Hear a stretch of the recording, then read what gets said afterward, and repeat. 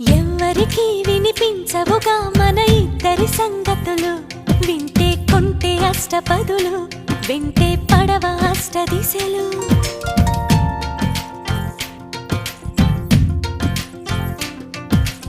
ఎవ్వరికి కనిపించవుగా మన ముద్దుల ముచ్చటలు, చూస్తే జంట ఏని ఎదలు, మనకే తగులుతుంది ఉసురు, చెబితే